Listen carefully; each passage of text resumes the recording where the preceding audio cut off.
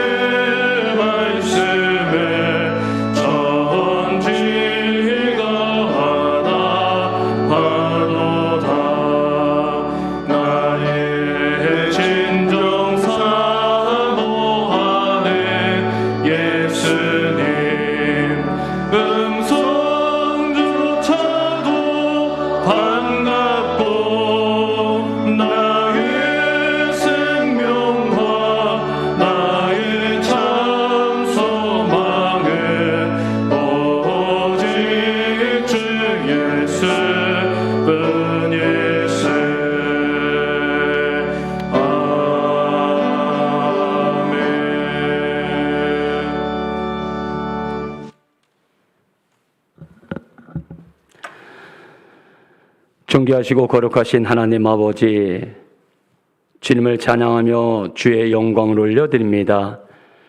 하나님, 거룩하고 복된 죄를 허락하시고 창세전부터 저희들을 택하여 하나님 자녀 삼아 주셔서 오늘 귀한 날 주님께 예배드릴 수 있는 한량없는 하나님의 은혜에 감사를 드립니다. 아버지 하나님, 우리가 하나님의 자녀가 된 것이 기적입니다. 우리가 예수 그리스도를 믿는 믿음의 자녀 된 것이 기적입니다. 우리가 이 시간에 하나님께 예배드릴 수 있는 이것이 기적입니다. 하나님 아버지, 주의 말씀에 의지하여서 한 주간도 살아가겠느라고 마음껏 우리가 다짐해 보았지만 지난 한 주간을 돌아보건대 하나님의 자녀로서, 하나님 성도로서 세상 사람들과 다를 바 없이 살아왔습니다. 모든 시선과 초점을 하나님께 맞추며 하나님의 꿈을 비전을 감고 예수님의 성품이 우리의 인격이 되어야 될 것이고 주님의 능력이 우리의 권능이 되어야 될 줄 믿사온데 하나님 그리하지 못했습니다. 아버지, 우리의 마음은 악한 한 주간을 보내었고 우리의 하나님 시선과 초점은 세상의 중심으로, 세상의 물질로, 세상의 삶으로 달려갔습니다. 사랑하시는 하나님, 이 시간에 우리 하나님 아버지 정결치 못한 우리의 삶을 하나님 앞에 내어놓으니 우리 하나님 아버지 우리를 씻어 정결케 해 주시어서 하나님께 영과 진리로 예배드리기에 부족함이 없도록 은혜를 베풀어 주시옵소서. 사랑하시는 하나님, 우리 성민교회를 하나님의 은혜 가운데 여기까지 세워주셨습니다. 하나님, 우리는 당연한 줄 알았습니다. 그런데 하나님의 섭리와 하나님의 계획과 하나님의 능력으로 이곳까지 하나님께서 이끌어주신 주님, 마지막 때에 하나님께서 우리 성민교회를 통해서 더 하나님 영광을 받으실 줄 믿습니다. 오직 믿음과 오직 말씀과 오직 은혜와 오직 예수 그리스도를 통하여서 하나님께 영광만을 올리는 귀한 교회로 하나님 이끌어 주셔서 마지막 때에 하나님의 교회로서 합당한 교회가 되게 해주시고 마지막 때에 하나님 아버지 노아의 방주의 역할을 잘 감당하는 교회로 하나님 견고하게 세워 주시옵소서. 사랑하시는 하나님, 코로나19라고 아버지 하나님이시여 우리가 때로는 두렵고 떨리는 마음으로 살아갑니다. 하나님, 때로는 질병 가운데 우리에게 깨달음을 주시는 메시지가 있을 줄 아온데 하나님 아버지, 우리가 이때에 하나님께서 우리에게 주시는 회개의 역사가 있을 줄 아오며 다시금 하나님 앞에 한 걸음 한 걸음 사모하며 나아갈 수 있는 간절함이 우리에게 허락하실 줄 믿습니다. 혹이라도 우리가 나태해져서, 혹이라도 우리가 예배의 자리 더 멀어져서, 혹이라도 우리가 기도의 자리 멀어져서 하나님의 관계가 더 멀어지지 않도록 주의 성령님 우리를 강권적으로 붙잡아 주시옵소서. 하나님 아버지, 이때 우리가 회개하고 다시금 이때 우리가 사모하며 간절함으로 하나님 앞에 믿음과 순종으로 한 걸음 더 나아갈 수 있도록 주의 성령님 역사여 주시옵소서. 하나님 아버지, 오늘 또 귀한 사자 목사님을 세워주시며 하나님의 말씀을 선포하실 터인데 하나님 성령으로 덧입혀 주시고 하나님의 아버지 그의 입술을 주의 성령님 파수꾼으로 세워주시되 오늘 또 하나님의 말씀이 우리의 심령 가운데 녹화할 터인데 하나님, 우리가 하나님 반응하게 하옵소서. 말씀을 듣고 아무 반응이 없는 무지한 자가 되지 않게 도와주시고 오늘도 그 말씀을 통하여 우리가 회개의 반응이 있게 하시고 오늘도 그 말씀을 듣고 우리가 다시금 다짐하는 결단의 반응이 있게 하시고 우리가 다시금 그 말씀 가운데 임재하시는 하나님을 만나 주의 이름을 높이며 주의 의를 드러나는 믿음의 삶을 살아갈 수 있도록 인도하여 주시옵소서. 하나님 아버지 어렵고 힘든 이 시대에 우리가 아버지 혹이라도 믿음 잊어버릴까 두렵습니다. 하나님, 우리가 질병 가운데 고통과 괴로움이 있는 하나님의 성도들도 있으며 때로는 아버지 여러 가지 물질과 관계 가운데 힘들고 지쳐 어찌할 바를 모르는 우리의 모습 속에서 하나님, 우리가 믿음으로 이겨나갈 수 있도록 은혜를 베풀어 주시옵소서. 하나님, 우리 나약하지 않도록 하옵소서. 세상에 무너지지 않게 하시고 물질에 무너지지 않게 하시고 질병에 무너지지 않도록 우리에게 강하고 담대하여 여호수아와 같이 오직 나와 내 집은 만군의 주 여호와 하나님만을 섬기겠나는 믿음의 결단으로 다시금 견고하게 세워서 주님만을 붙잡고 승리할 수 있도록 인도하여 주시옵소서. 하나님, 이 시간 주님께 온전한 예배 드릴 수 있도록 우리의 중심이, 우리의 마음이 혹이라도 세상에 빠뜨리지 않도록 도와주시고 오로지 하나님께만 집중하며 하나님께만 영광 드리는 귀한 예배가 되어질 수 있도록 인도하여 주시옵소서. 감사합니다. 우리를 구원하신 예수 그리스도 이름 받들어 간절히 기도하옵나이다. 아멘.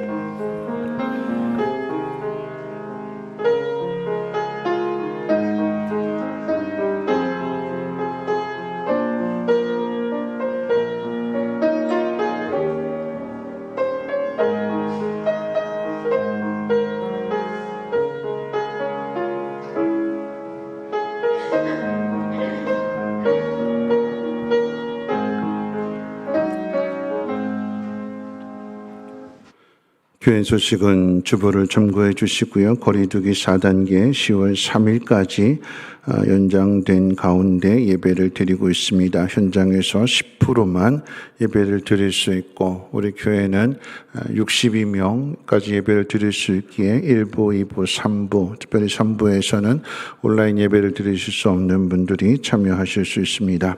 아버지 학교 지원자를 모집합니다. 107기이고요. 자세한 내용은 게시판과 또 우리 심경식 장로님에게 문의해 주시고 토요일 오전 10시부터 12시 30분 2시간 30분가량 약 한 4주간의 교육 시간이고 또 줌으로 진행이 됩니다. 여러분 잠깐의 시간을 내주셔서 가정을 아름답게 세우는 일에 관심 가져주시기를 부탁을 드리겠습니다. 하나님 말씀 보도록 합니다. 요한복음 2장 11절 말씀, 한 절 말씀은 제가 봉독합니다. 신약성경 요한복음 2장 11절 말씀을 제가 봉독하겠습니다. 예수께서 이 첫 표적을 갈릴리 가나에서 행하여 그의 영광을 나타내심에 제자들이 그를 믿으니라. 아멘. 임마누엘 찬양대원의 찬양 읽겠습니다.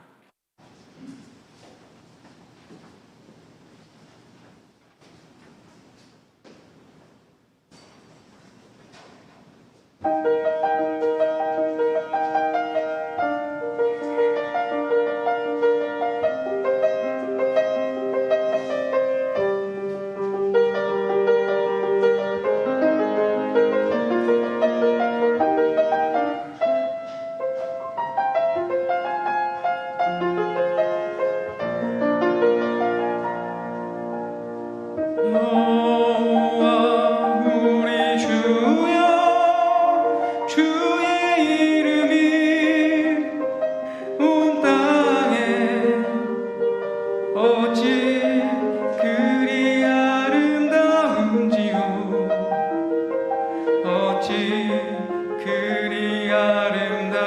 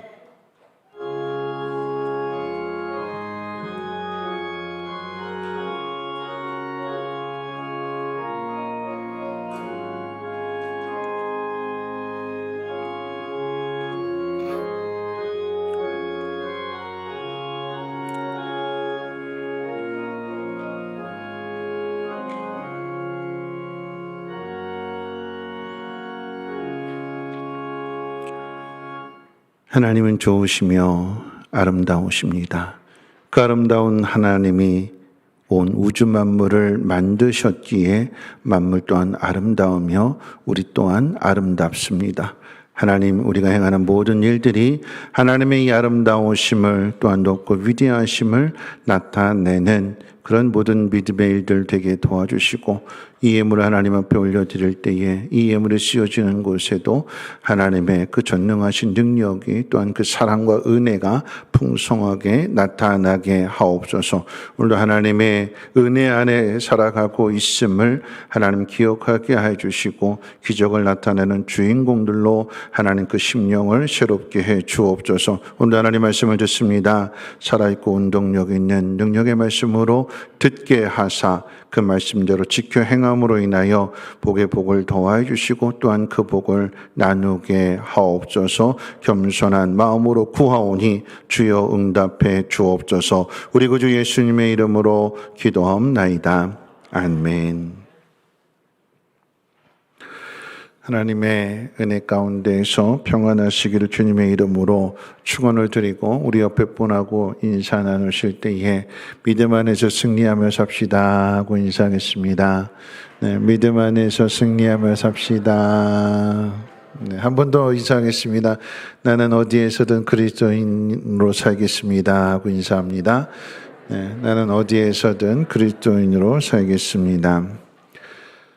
히브리산파의 도움, 그리고 하나님의 도움에 이어서 오늘 예수 그리스도의 도움에 대하여 생각해 보려고 합니다. 하나님으로부터 도움을 받는 것을 기적이라고 하지요. 우리는 모두가 다 하나님의 그 기적을 꿈꾸면서도 자신이 기적의 주인공이라고는 사실을 알지 못한 채 살아가고 있습니다. 그 이유는 기적을 외부로부터 발생하는 어떤 초자연적인 힘으로만 생각하기 때문에 그러합니다. 기적을 행하는, 기적이라고 하는 이 단어의 영어는 미러클입니다. 미러클. 근데 이것이 어디서 왔냐면 라틴어 미라클룸에서 유래가 됐습니다. 뜻을 번역하면 미소를 짓게 하는 멋진 일. 기적이란 미소를 짓게 하는 멋진 일이래요. 근데 그 일은 밖에서부터만 주어지는 것이 아니라 내 안에서부터, 나로부터 시작이 됩니다. 이에 대한 좋은 예는 닉부이치치가 될 것입니다. 위키 백과사전에서 닉부이치치에 대하여 소개하기를 호주의 목사, 동기부여에 대한 연설가, 장애를 가진 지체인들, 그들을 대표하는 사지 없는 인생의 대표. 팔다리가 없이 태어난 이 닉부이치치는 8살의 나이에, 그러니까 우리식으로 이야기하면 초등학교 1학년이 되는 그 나이에 자살을 생각했대요. 자살을. 자신의 몸과 친구들의 몸이 다르다라고 하는 것을 알았고, 그로 인해서 놀림을 당하고 그로 인해서 불편함을 겪어야 하기에 자신의 인생이 앞으로 어떻게 될 것인가 매우 절망적이었기 때문에 8살의 나이에 자살을 생각했대요. 그는 하나님 앞에 간절하게 기적을 구했을 것입니다. 어떤 기적일까요? 하나님, 내 이 팔 좀 자라게 해주세요. 하나님, 내 다리가 좀 자라서 나도 다리가 있고 발이 있어서 원하는 건 마음대로 가고 친구들과 함께 달리기도 하고 하는, 그렇게 도와주세요. 간절히 기도했을 것입니다. 그런데 하나님께서 닉부이치치에게 주신 기적은 팔다리가 자라는 기적이 아니었습니다. 사지가 없는 몸을 가지고도 웃으며 행복해하고 그 행복을 알지 못하는 불행한 사람들에게 전하는 사람이 된 것, 그것이 기적이었습니다. 지난 금요일에 룻에 대한 말씀을 전하면서도 이야기했지만 기적은 밖에서 일어나는 일들이 아닙니다. 미소를 짓게 하는 그 멋진 일은 나오미 안에 있었고 룻 안에 있었으며 1순위가 아닌 2순위였던 보아스 안에 있었고 닉 부이치치 안에 있었습니다. 누가 자신의 인생에 대하여 미소를 지을 수 있을까요? 누가 기적의 주인공이 될 수 있을까요? 하나님을 만난 사람일 것이며 오늘 본문의 상황으로 말씀드리면 예수님과 함께 하는 사람일 것입니다. 본문의 말씀은 예수님의 처음 표적인 가나의 혼인잔치의 이야기입니다. 많이 들어왔던 이야기이기 때문에 가나의 혼인잔치 하면 마리아의 믿음이나 물떠온 하인의 순종을 떠올리게 되지만 오늘은 예수님이 어떤 분이시기에 우리에게 미소를 짓게 하는 그 기적을 나타내시는가에 대하여 함께 생각해 보고자 합니다. 어떤 분이시길래 팔다리가 없어 태어나서 자살을 하려고 한 그 닉부이치치를 행복한 사람으로 행복을 전하는 전도자로 목사로 세워주셨을까? 그런 의미에서 우리가 먼저 생각해야 되는 것은 기적이 아닌 표적을 찾아야 되고 표적을 구해야 한다는 사실입니다. 요한복음을 기록한 요한은 오늘 본문의 사건을 예수님의 첫 표적이라고 기록하고 있습니다. 예수님에 관한 표적이 요한복음에 7개 기록되어져 있는데 오늘 본문이 첫 번째 표적이고 두 번째 표적은 요한복음 4장에 왕의 신하의 아들이 죽었는데 그 죽은 아들을 살려낸 기적이었습니다. 이 표적을 보여주신 후에 예수님은 사람들을 향하여 이 사람들은 도무지 표적과 기사를 보여주지 않으면 믿지 않는다라고 책망하셨습니다. 세 번째 표적은 요한복음 5장에 38년 된 중풍병자를 고쳐주신 기적입니다. 그런데 이 38년 된 병자를 고쳐주신 이 기적의 주인공은 38년 된 병자도 아니었고 그 장소인 베데스다 연못도 아닌 그 날이었어요. 그날이 언제였는가? 안식일이었고 안식일에 병자를 고쳐준 이 사건, 이 기적을 통해서 예수님께서 안식일의 날의 시간의 주인 되심을 가르쳐 주셨습니다. 네 번째 표적은 오병이어의 기적입니다. 사람들은 떡과 물고기를 배부르게 먹어서 그 예수님을 자신들의 임금으로 삼으려고 했지만 예수님은 이 기적을 통해서 육신의 배를 채워주시는 분이 아니라 영원한 생명을 주시는 그 생명의 떡을 주시는 분이 예수님이심을 가르쳐 주셨습니다. 다섯 번째 표적은 이 오병이의 기적 사건 이후에 사람들이 하도 쫓아다니니까 기적이 중심이 아니기 때문에 기적을 행하러 오신 것이 아니라 기적은 단지 예수님이 어떤 분이심을 나타내기 위한 것이라고 하는 것을 가르쳐 주시는 의미에서 사람과 떨어져서 먼저 제자들을 보냈는데 배를 타고 가던 제자들이 풍랑을 만나서 더 이상 노를 젓지 못하고 고난당하는 그 모습을 보시고 물 위를 걸어오셔서 바다와 바람을 잠잠케 하심으로 인하여서 자연을 다스리시는 분이 주님이시요. 건너편으로 가라고 하셨을 때 그 부딪힘으로 인해서 더 이상 나가지 못하는 그 제자들의 그 걸음을, 그 방향을 목적하신 곳으로 인도하시는 분이 주님이라고 하는 사실을 이 다섯 번째 표적을 통해서 나타내 주셨습니다. 여섯 번째 표적은 요한복음 9장의 실로암 사건이죠. 나면서부터 앞을 보지 못한 사람. 그런데 그를 실로암으로 보내셔서 그곳에서 예수님 가르쳐 주신 방법을 통해서 깨끗하게 고침을 받게 되는 이 기적을 통해서 예수님이 생명의 빛이 되심과 예수님 보내시는 그곳에 치료가 있고 안식이 있고 문제가 해결이요 구원됨이 있음을 가르쳐 주시는 표적으로 나타내 주셨습니다. 그리고 마지막 일곱 번째 표적의 요한복음 11장에 죽었던 나사로를 3일 만에 다시 살리신 기적이었습니다. 이 기적은 뭘 나타내 주시는 걸까요? 예수님의 죽음과 부활을 나타내 주시는 것입니다. 표적이라고 하는 것은 어떤 목적을 가지고 행하는 기적을 의미합니다.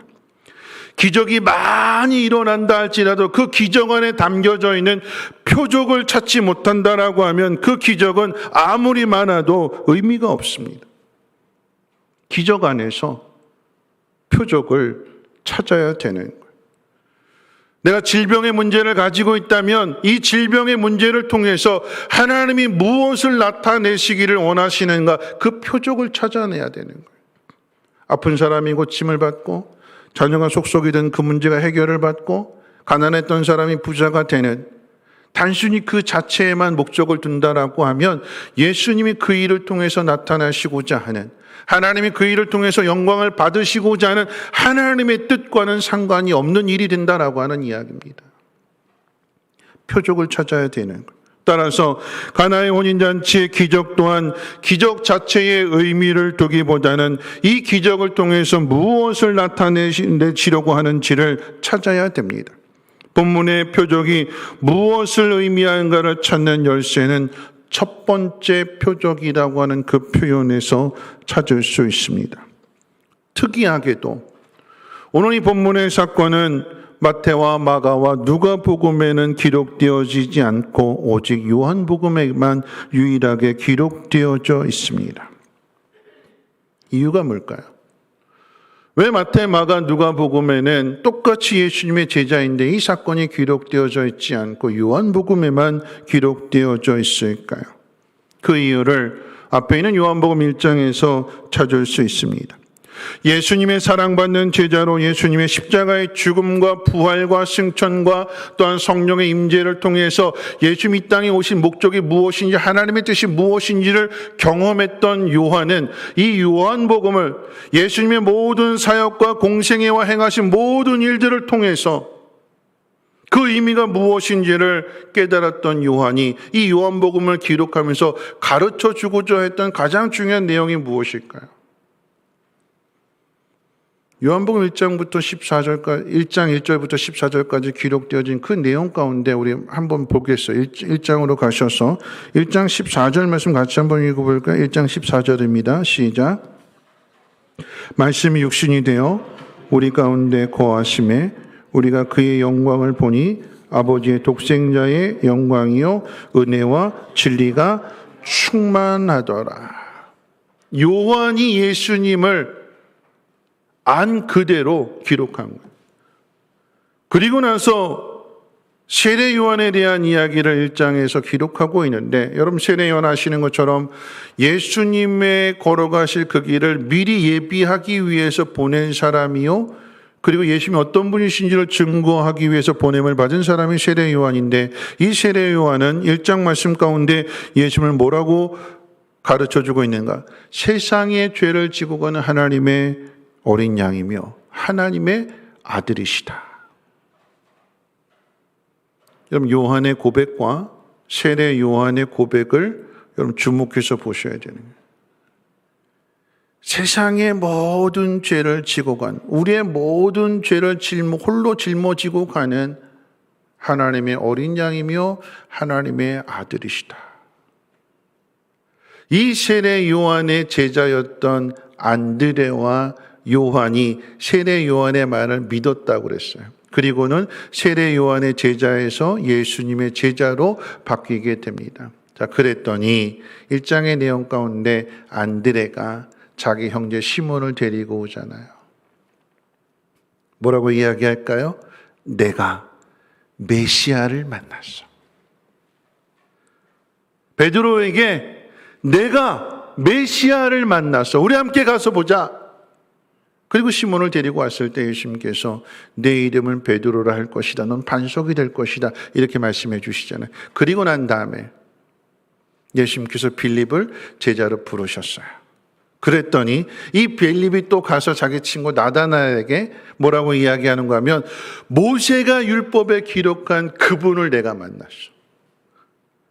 구약의 여러 선지자들이 이야기했던 그분, 우리를 위해서 보내주신다고 약속하셨던 그 메시아가 나사렛 예수야. 그랬더니 나다나엘이 뭐라고 그래요? 1장에서 뭐라고 그래요? 나사렛에서 무슨 선한 것이 나겠느냐. 나사렛에서 그 작은 동네에서 그 보잘것없는 동네에서 무슨 메시아가 태어나겠느냐? 목수의 아들이 어떻게 우리의 메시아가 될 수 있느냐? 반문했어요. 믿지 못했어요. 오늘 본문의 이야기는 그 다음에 기록되어져 있기 때문에 오늘 본문의 이야기가 앞에 있는 이야기와 연결이 되는 거예요. 이어지는 것입니다. 여러분, 예수님께서 왜 갈릴리 가나의 혼인잔치에 기적을 나타내셨을까요? 오늘 그 이유를 우리가 읽은 본문의 말씀 11절 말씀이 두 가지를 가르쳐 주고 있는데 같이 한번 읽어볼까요? 11절 말씀 한번 2장 11절 함께 읽겠습니다. 시작. 이 첫 표적을 갈릴리 가나에서 행하여 그의 영광을 나타내심에 제자들이 그를 믿으니라. 여러분, 예수님께서 기적을 행하신 두 가지 목적이 있는데 그게 뭐래요? 첫 번째는 영광, 두 번째는요 제자들의 믿음. 예수님이 어떤 분이신지를 정리하면 이런 얘기예요. 예수님이 어떤 분이신지를 가르쳐 주시고 나타내시고 그리고 믿어라라고 하는 얘기예요. 1장에서 말씀하셨던 1장의 표현 그대로 이야기한다면 만물을 지으신 분이시요 만물이 그로 말미암지 않고는 하나도 되어진 것이 없는 그분으로부터 시작하게 되고 그분으로부터 모든 것이 완성되어지게 되는 그분은 하나님의 아들이시며 우리를 위해서 이 땅에 오셨으며 그분은 독생자의 영광을 가지신 우리의 메시아다, 구세주다. 그러니까 어떻게 해요? 믿어라. 이 사건을 보고 이 기적을 보고 여러분, 이 이야기를 통해서 우리가 생각해 볼 것은 오늘 본문에 나타나 있는 물이 포도주로 변한 의미나 기적을 행하시게끔 이끈 마리아의 믿음이나 하인들의 순종의 이야기보다는 예수님이 메시아가 된다라고 하는 이 놀라운 사실을 믿는 것이 우리에게 어떤 의미가 있는지를 생각하는 데 초점을 더 맞추어야 될 것입니다. 자, 그렇다면 이 가나의 혼인잔치를 통해서 우리가 믿어야 할 것은 무엇일까요? 오늘 물이 변하여 포도주가 된 이 기적을 통해서 우리가 가르쳐 주시는 그 표적의 의미가 무엇일까요? 여러분, 이렇게 생각했으면 좋을 것 같습니다. 예수 그리스도가 계신 곳에는 위기의 상황을 맞을지라도 기쁨이 끊어지지 않는다라고 하는 것입니다. 어떤 위기를 만날지라도 어떤 문제를 만날지라도 그곳에 주님이 계시면 그곳에 메시아가 계시면 슬픔이 기쁨으로 바뀌는 거예요. 위기가 하나님의 복으로 하나님의 영광으로 바뀌어지게 되는 것입니다. 우리는 살아가면서 다양한 위기의 순간을 맞이하게 됩니다. 위기라고 하는 단어를 정의할 때 백과사전에서는 두 단어로 설명합니다. 고통과 파국입니다. 파국.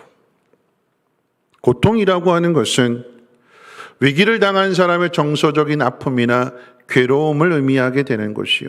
파국이라고 하는 단어의 뜻은 사회적인 기능이 무너지게 되는 거예요. 쉽게 말하면 마음의 병이 들고 사회적으로 고립이 되는 것, 외로워지게 되는 것, 홀로 있게 되는 것, 다시 일어날 수 없게 되는 것, 그게 위기예요. 오늘 본문에 혼인잔치의 위기가 찾아온 내용이 기록되어 있습니다. 혼인잔치의 상징과도 같은 포도주가 떨어진 위기입니다. 자, 이 일이 얼마나 위기인지는 먼저 이스라엘의 결혼 풍속에 대해서 이해를 해야 됩니다. 우리는 결혼을 하게 되면 그 잔치가 하루로 다 끝나요. 하루까지 가지도 않지요. 예식 참여하게 되고 식사하게 되면 길어야 2시간이 되는 거예요. 2시간이면 다 끝나요. 그런데 이스라엘의 결혼은 2시간이 아니라 일주일입니다. 일주일. 보통이 일주일이에요. 오늘날 사람들의 결혼은 그저 당사자 간에 신랑과 신부가 서로 약속하고 뭐 주례도 없이 그냥 아니면 다른 사람 부르지도 않고 가족들끼리 뭐 조촐하게 할 수도 있어요. 오는 식으로 이야기하면.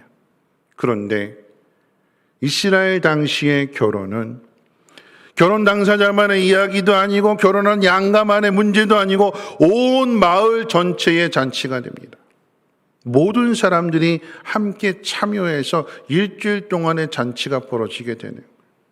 그래서 이 결혼식에 연회장이 등장하는 이유는 마을 잔치이기 때문에 그 마을에서 제일 연륜도 있고 경험도 있고 지혜도 있고 일을 많이 치러본 사람이 이 결혼식의 책임자가 되는 거예요. 이 잔치의 책임자가 되는 거예요. 그래서 연회장을 항상 세우는 거예요. 그런데 오늘 이 본문의 위기의 상황을 맞이하게 된 그 이유가 무엇일까요? 온 마을의 잔치가 돼야 되는데 포도주가 떨어진 그 위기의 의미가 뭘까요? 사람들이 이만큼 올 거라고 생각했어요.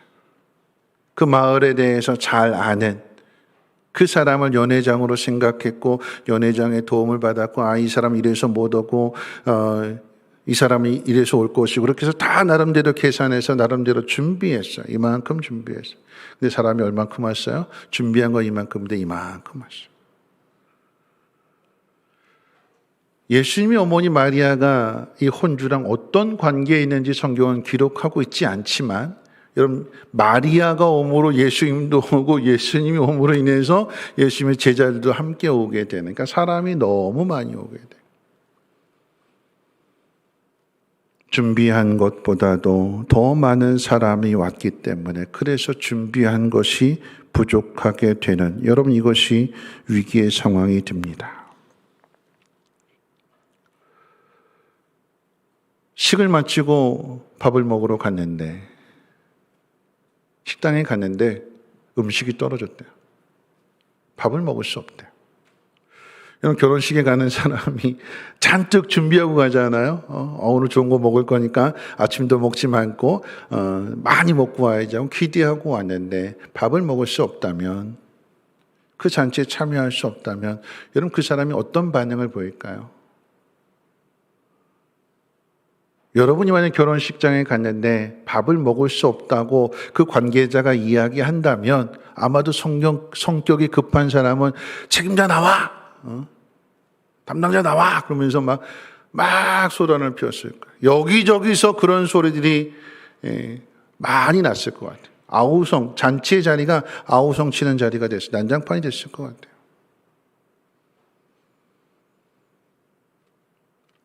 신랑이 준비하고 연회장이 준비하고 그런데 준비된 것이 부족해서 신랑도 부끄러움을 당해야 되고 여러분 그 이야기 아우성 치는 게 그냥 단순히 식장에서만 끝나지 않죠. 돌아가서 잔치가 끝났음에도 불구하고 사람마다 사람이 인색해도 유분수지 이만큼 갔는데 요만큼 준비해서 째째하다느니 축하하러 가졌는데 무시를 당했다느니 별의별 소리를 다 했을 거예요. 부끄러움은 혼주의 몫이 되는 것이고 행복으로 출발해야 되는데 여러 저를 비난의 소리를 들으면서 그 인생을 출발해야 되는 그런 인생의 위기가 되는 거죠. 연회장도 자신이 모든 걸 책임지고 준비한다고 했는데 부족했기 때문에 연회장에게 또 이것은 흠집이 되는 것이고 축하를 가진 사람 역시도 축하의 기쁨이 아닌 서운하고 아쉬운 마음을 가지고 돌아와야 하기 때문에 모든 것이 다 위기가 되는 상황일 것입니다. 우리 인생도 다르지 않습니다. 내 인생 이럴 것이라고 준비했는데 그런데 준비한 것이 턱없이 부족할 때 위기를 느낍니다. 이 사람은 틀림없이 잘해줄 거야 라고 믿었는데 믿었던 그 사람이 배신하게 될 때 믿었던 그 사람이 펑크를 낼 때에 위기를 맞이하게 됩니다. 시작한 일이 끝을 맺지 못하고 중단해야 될 때 이때를 가리켜서 위기라고 말할 것입니다. 여러분 이와 같은 상황 속에서 오늘 본문은 두 사람을 주목하게 합니다. 그 두 사람은 바로 예수님과 마리아입니다. 왜 마리아가 이 사건에 등장을 할까요? 이 잔치 자리에 무슨 연고가 있기에 이곳에 마리아가 등장하는 이유가 무엇일까요?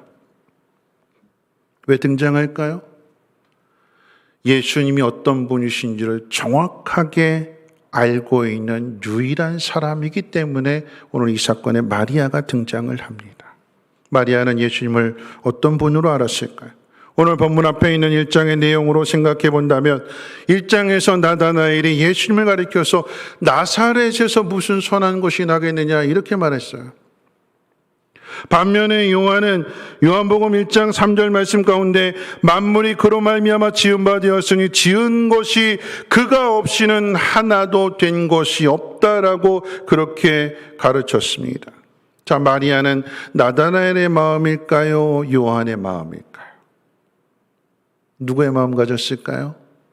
요한의 마음. 예수님이 아니고서는 이 문제를 해결할 수 없다. 예수님이 우리의 구세주가 되신다. 어떻게 알았어요? 수태고지를 통해서 알았고, 남자를 가까이 하지 않았는데 예수님을 잉태하고 출산하게 된 이 일들을 통해서 하나님이 하시고자 하는 그 일을 믿었다고 그래서 믿었다. 그러니까 그 믿음이, 예수님이 어떤 분이신지를 아는 그 믿음이 내 때와 상관이 없습니다. 이 일은 나와 상관이 없습니다. 예수님이 거절하셨음에도 불구하고 예수님이 아니고서는 이 문제를 해결하실 분이 없다라고 하는 그 믿음을 가지고 하인들에게 명령하는 것이요, 어떤 말씀을 주실지라도 그대로 행하라고 가르치는 것입니다. 여러분, 이 첫 번째 표적으로 우리가 기억해야 되는 것은 예수님이 계시는 한 그리스도인은 그 어떤 위기의 상황을 맞을지라도 기쁨이 끊어지지 않는다라고 하는 것을 이 표적을 통해서 가르쳐 주시는 거예요. 예수님을 바르게 알고 예수님을 바르게 믿는 단 한 사람만 있어도 기쁨이 끊어지지 않습니다. 위기의 상황에서 모두가 근심하며 모두가 걱정하며 어떻게 할까 발을 동동 구르고 있는 그 상황 속에서 믿음을 가진 사람은 미소를 지을 수 있는 거예요. 내가 미소를 지어야 다른 사람도 미소를 지을 수 있지요. 오늘 마리아가 이 문제를 풀어갑니다. 그래서 잔치가 이어지고 기쁨이 이어지는 것입니다. 자, 다음으로 생각해 볼 이 예수님의 표적의 의미는 예수 그리스도가 계신 곳에는 처음보다 나중에 기쁨이 더 크대요. 예수님 명령에 따라서 하인들이 물 항아리에 물을 가득히 채웠어요.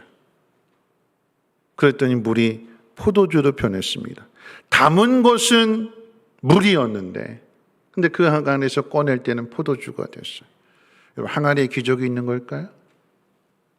아니면 떠다 줬더니 이 사람들이 취해서 물인지 포도주인지 분간을 못한 것일까요? 아니죠. 분명하게 여러분, 포도주와 물의 차이는 색깔에 있을 것이고 맛에 있을 것이고, 이야기는 항아리의 이야기가 아니고 사람의 입맛의 이야기가 아니고 예수님의 명령으로부터, 예수님의 말씀으로부터 물이 포도주로 변화되었다라고 하는 사실입니다. 여러분, 이것을 가리켜서 오늘 연회장이 뭐라고 이야기하는가, 이 말씀을 주목해 봐야 되는데, 우리 10절 말씀 같이 한번 읽어볼까요? 10절 말씀, 요한복음 2장 10절 말씀 시작.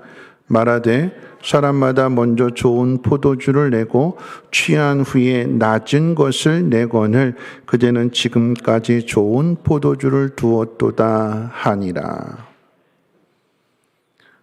여러분 보세요. 처음에 건 누가 만들었어요? 처음 갖다 준 것. 하객들에게 처음 갖다 준 포도주는 누가 만든 포도주죠? 사람이. 그렇죠? 처음에 잔치에 참여했을 때 떠다 준 포도는 사람들이 연회장이 준비하고 신랑이 준비한 포도주였어요. 그런데 나중에 갖다 준 포도는 누가 만들었어요? 예수님이. 어떤 게 더 맛있을까요? 사람이 만든 게 맛있어요? 예수님이 만든 게 맛있어요? 예수님이 만드신 게 맛있죠. 사람이 만든 것과 예수님이 만드신 것은 다르다라고 하는 것을 가르쳐 줌과 동시에 오늘 연회장이 한 이 10절의 말씀에서 우리가 세상의 방식과 그리스도인의 삶의 방식이 다르다라고 하는 것을 가르쳐 주는데 그게 뭘까요? 세상은 처음에는 좋은 것 주고 나중에는 나쁜 것 준다. 그게 세상이래요. 처음에는 좋은 것 주는데 나중에는 갈수록 질이 좋지 않은. 오래전에 한번 제가 삼겹살 집을 갔는데 삼겹살이 맛있어서 둘이서 이제 2인분을 먹다가 맛있어서 추가로 1인분을 더 시켰어요. 더 시켰는데 처음에 고기가 아니었어요. 처음에 맛있게 먹은 그 고기가 아니야. 다른 고기를 가지고. 똑같은 삼겹살인데, 똑같은 고기인데 처음의 질과 나중의 질이 틀렸어요. 연회장이 이야기합니다. 보통 사람들은 처음에 좋은 거 주다가 사람들이 취해서 술인지 물인지 구분을 못할 때는 나쁜 것 갖다 주는 게 사람의 모습인데. 근데 어떻게 이 집은 세상과 다르게 처음에도 좋은 것 주더니 나중에는 더 좋은 것 주더라. 여러분, 나중에 것이 어떻게 만들어졌어요? 주님이 만들어 주셨어요. 사람은 속입니다. 처음에 좋은 것 주고 나중에 시간이 지나면 나쁜 것 줘요. 세상이 사람을 속이는 방식이에요. 나한테 투자하면 내가 원금에 10% 20% 줄게. 첫 번째 달, 두 번째 달, 세 번째 달 약속을 딱 지켜요. 그리고 네 번째 달부터는 돈 안 줘요. 전화해보면 전화통화도 안 돼요. 도망가 버려요. 세상입니다. 여러분, 이 이야기가 우리에게 주는 게 뭘까요? 예수님은 처음에도 좋은 것, 시간이 지나면 지날수록 더 좋은 것, 우리에게 더 좋은 것을 주시는 분이 주님이시래요. 세상은 처음에는 좋은 것 줬는데 나중은 변했어요. 누가 그랬을까요? 사람으로 따진다면 오늘 저녁에 생각해 볼 사울 왕이 그랬어요. 처음엔 참 좋았는데 나중에는 악해지고 독해졌어요. 반면에 처음에도 좋았는데 나중에 더 좋은 사람을 꼽으라고 하면 누구를 들 수 있을까요? 룻이지요. 보아스가 룻기서 3장에서 그렇게 이야기했어요. 네가 베푼 이내가 처음보다 나중이 더 귀하다. 더 좋다.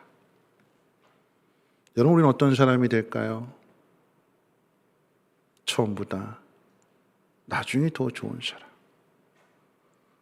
목사라고 하는 직분을 받게 되었을 때 목사 1호봉의 모습보다도 목사 10호봉, 목사 20호봉이 되면 더 성숙하고 더 겸손하고 더 아름다운 사람. 장로도 권사도 집사도 교사도 목자도 직분을 처음 받았을 때 모습보다도 가면 갈수록, 시간이 흘러가면 흘러갈수록 더 완숙해지고 더 아름다워지는 모습. 어떻게 이것이 가능할까요? 주님이 내 안에 오셔서 나에게 말씀해 주시고 나를 빚어가시기 때문에 그 주님의 말씀 안에서, 그 주님의 손길 안에서 내가 다듬어지게 될 때에 믿음의 장성한 분량까지 나아가는 것이요, 주님을 닮아가는 모습 아니겠습니까? 그래야 더 좋아지는 거예요. 여러분, 편은 익으면 익을수록 고개를 숙인다고 그랬잖아요. 익으면 익을수록, 시간이 자라면 자랄수록 더 풍성해지는 대신에 겸손해지는, 그래서 그 아름다움을 드러내는. 저도 그런데 하물며 주님이 우리 안에 오셔서 우리에게 말씀해 주시고 우리를 다듬어 가실 때 우리는 어떤 사람이 되어야 될까요? 오늘 본문에서 보여주신 이 표적은 여러분, 첫 번째 표적이라고 그랬습니다. 예수님이 어떤 분이신지를 가르쳐주는 표적으로서의 첫 번째래요. 그러면 두 번째, 세 번째, 네 번째, 다섯 번째, 여섯 번째, 일곱 번째까지 점점 그것이 드러나게 될 것이며, 마침내 그 표적이 예수님의 행하신 일들을 통해서 나타날 때는 놀라운 일들로 나타나겠지요. 어떤 일일까요? 단순하게 병자만 고쳐주시는 스승이 아니라 1장에서 말씀하셨던 것처럼 만물을 지으신 그분이 말씀이 육신이 되어 이 땅에 오셔서 우리를 위해서 십자가를 지시고 우리를 위해서 다시 살아나시고, 그러므로 우리를 하나님의 자녀 삼아주시는 이 놀라운 하나님의 은혜와 그 사랑을 가르쳐 주시기 위한 기적을 지금 예수님께서 표적으로 보여주시고 나타내시는 거예요. 그냥 물이 변하여 포도주가 됐구나, 죽은 사람을 살리셨구나, 이런 것으로만 끝나는 것이 아니라 그분이 나의 아버지가 되신다. 그리고 그분이 그런 나를 위해서 자신의 아들의 생명을 내어주셨고, 그러므로 나를 하나님의 자녀 삼아 주셨기에 그분을 믿고 그분을 따르면 그분 안에서 나는 날마다 아름다운 사람이 되는 거 아니겠습니까? 말씀을 정리하면서 여러분, 그리스도인은 그리스도에 대한 믿음으로 사는 사람을 가리킵니다. 예수님이 행하신 첫 번째 표적의 결론으로 제자들 예수님을 믿게 되었다고 기록하고 있어요. 예수님을 메시아로 믿었기 때문에 가족도 버리고 직업도 버리고 예수님의 제자로서 예수님을 따르는 거예요. 그런데 그 결과가 어떻게 됐을까요? 십자가 앞에서 다 도망가 버렸어요. 메시아로 믿었는데, 하나님의 아들이심을 믿었는데 왜 실패했을까요? 표적을 찾지 못했어요. 예수님의 영광을, 하나님의 뜻을 생각하지 않고 내가 잘 돼야 되고 내가 성공해야 되고 자기의 영광만을 구했어요. 그러니까 실패하게 된 거죠. 그 실패를 통해서 주님 버리지 아니하시고 다시 또 다듬으시잖아요. 다시 또 씻어주시고. 그 대표적인 사람이 베드로 아닐까요? 처음에 요한복음 1장에서 너는 반석이 될 거야. 근데 실력은 형편없었어요. 그런 베드로를 주님이 다시 만나주시고 다시 사명 주셨을 때 그 베드로가 베드로전서 1장 9절에 뭐라고 이야기할까요? 믿음의 결국은 성공이 아니라, 높은 자리에 올라가는 것이 아니라, 믿음의 결국은 영혼의 구원이다. 영혼의 구원. 왜 실패했을까요? 세상의 일만 생각했어요. 세상만 바라봤어요. 자기 영혼을 보지 못했어요. 그래서 요한복음 1장의 세례 요한이 봐라, 우리의 모든 죄를 짊어지는 하나님의 어린 양이다라고 하는 이 메시지를 듣지 못해요. 기적은 내가 웃어야 기적이 되는 거죠. 내가 웃어야 남들도 웃을 수 있게 하는 거 아니겠습니까? 그런데 내가 웃기 위해서는 어떻게 해야 될까요? 먼저 내 안에 죄를 볼 수 있어요. 내가 죄인이었고,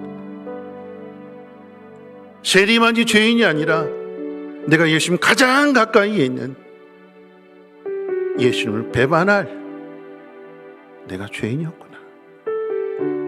그 사실을 보고 그 사실을 깨닫고, 그래서 우린 날마다 예수님의 도움을 구할 수밖에 없어요.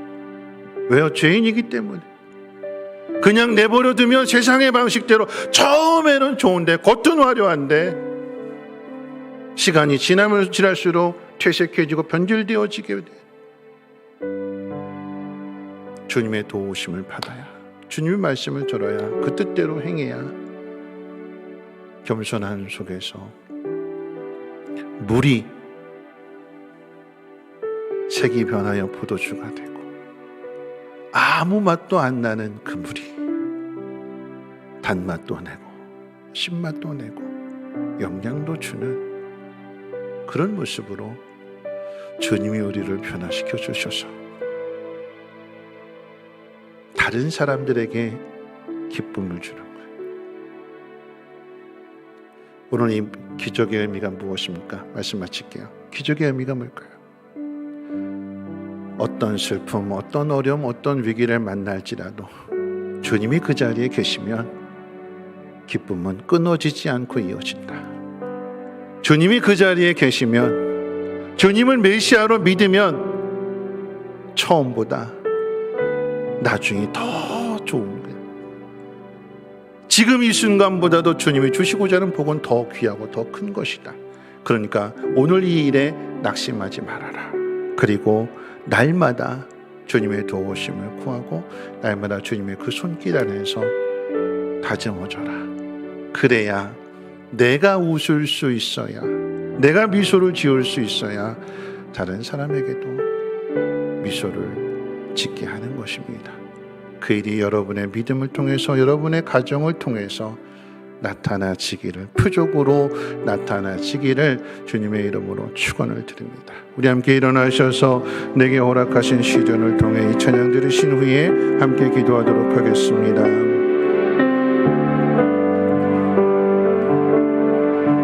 내게 허락하신 시련을 통해 내 믿음 더욱 강하게 자라나고 험한 산과 골짜기 지나는 동안 주께 더 가까이 나를 이끄시네. 내가 겪는 시험이 어렵고 힘겨워도 내 주님보다 크지 않네. 내 앞에 바다가 갈라지지 않으면 주가 나로 바다 위 걷게 하리. 나는 믿네. 주의 능력으로 내 삶 새롭게 되리. 나는 믿네. 주의 능력으로 담대히 나가리라. 주와 함께 싸워 승리하리라. 날마다 믿음으로 나는 믿네. 나는 믿네. 주의 능력으로 내 삶 새롭게 되리. 나는 믿네. 주의 능력으로 담대히 나가리라. 주와 함께 싸워 승리하리라. 날마다 믿음으로 나 살아가리. 우리 함께 기도하실 텐데요. 위기를 맞이할 때 난 어떤 마음을 가질까요? 나다나엘처럼 나사렛에서 무슨 선한 것이 나올 수 있느냐, 이런 마음을 가질까요? 아니면 요한처럼 만물이 그에게서부터 나왔고 그가 없이는 하나도 되는 것이 없다라고 하는, 오직 주님만이 이 일을 행하실 수 있다라고 하는 그 믿음을 가진 사람이 될까요? 요한의 마음이요 마리아의 마음이 되어야 되는 거지요. 그래서 주님, 나를 다듬어 주십시오. 날마다 나를 도와주십시오. 그래서 날마다 주님의 손길 안에서 지금의 모습보다도 후의 모습이 더 아름다워지게 하시고, 나의 가정에서, 나의 직장에서, 내 행하는 모든 곳에서 주님의 영광이 나타나게 해달라고 우리 함께 동성으로 하나님 앞에 기도하겠습니다. 나를 믿습니다. 모든 만물을 지으신 분이 주님이시요 주님의 그 손길을 통하여 더 아름다워지며 더 다듬어지게 될 것을, 더 좋은 것이 될 것을 믿습니다. 나사렛에서 무슨 선한 것이 나겠느냐고 낙심하고 비웃고 조롱하는 모습이 아니라 주님만이 이 모든 것을 행하실 수 있는 분이심을 마리아같이 믿게 해주시고 믿음으로 나갈 수 있도록 지원에 베풀어 주시옵소서. 세상의 사람처럼 처음에는 좋았는데 나중에 모습은 변질되는 모습이 아니라 룻과 같이 처음에 이내보다도 나중에 모습이 더 아름다운 모습이 되게 도와주시고 주님이 땅에서 보여주신 것과 같이 단순한 기적이 아니라 나를 위해서 십자가에 못 박혀 죽으시고 나를 위해 부활하셨으며 나를 하나님의 자녀 삼아주신 그 놀라운 영광을 보게 하여 주시옵소서. 오늘의 슬픔, 오늘의 괴로움, 오늘의 위기로 하나님 우리의 인생이 끝나는 것이 아니라 기쁨은 계속해서 이어지게 될 것이며 더 풍성한, 더 아름다운 것을 주님이 채워주심을 믿는 자가 되게 도와주시고 날마다 주님의 사랑 안에서, 주님의 말씀 안에서 하나님의 말씀으로 다듬어지게 해주시고 변화되어지게 해주시고, 그래서 위기가 기회가 되며 축복이 되며 하나님의 영광을 나타낼 수 있도록 하나님 인도해 주시고 역사에 주시옵소서. 우리가 안고 있는, 우리가 괴로워하는, 우리가 마음 아파하는 그 모든 문제들 하나님 해결하여 주심으로 인하여 미소 짓게 해주시고 기적의 주인공들 되어줄 수 있도록 은혜 베풀어 주시옵소서. 오늘 하나님 믿는 믿음으로 승리하게 해주시고 하나님의 선한 일들을, 하나님의 영광을 나타나게 도와주시옵소서.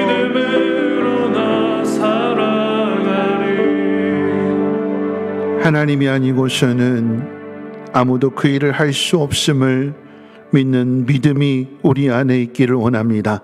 어떤 어려움을 만날지라도, 위기의 상황을 만날지라도 기쁨이 끊어지지 않고 이어진다라고 하는 사실을 예수 그리스도로 말미암아 깨달아야게 해주시고 우리 앞에 주어진 모든 일들 속에서 주님의 영광을 나타낼 수 있는 믿음의 사람들 되게 하옵소서. 이전보다 더 나아질 것입니다. 더 아름답고 성숙한 사람이 될 것입니다. 날마다 우리를 빚어주시고 날마다 우리를 도와주심으로 인하여 말씀을 따라 순종하며 살아가게 될 때에 물이 변하여 포도주가 된 것처럼, 많은 사람들에게 기쁨을 주었던 것처럼 기적의 주인공들 되게 해 주시옵소서.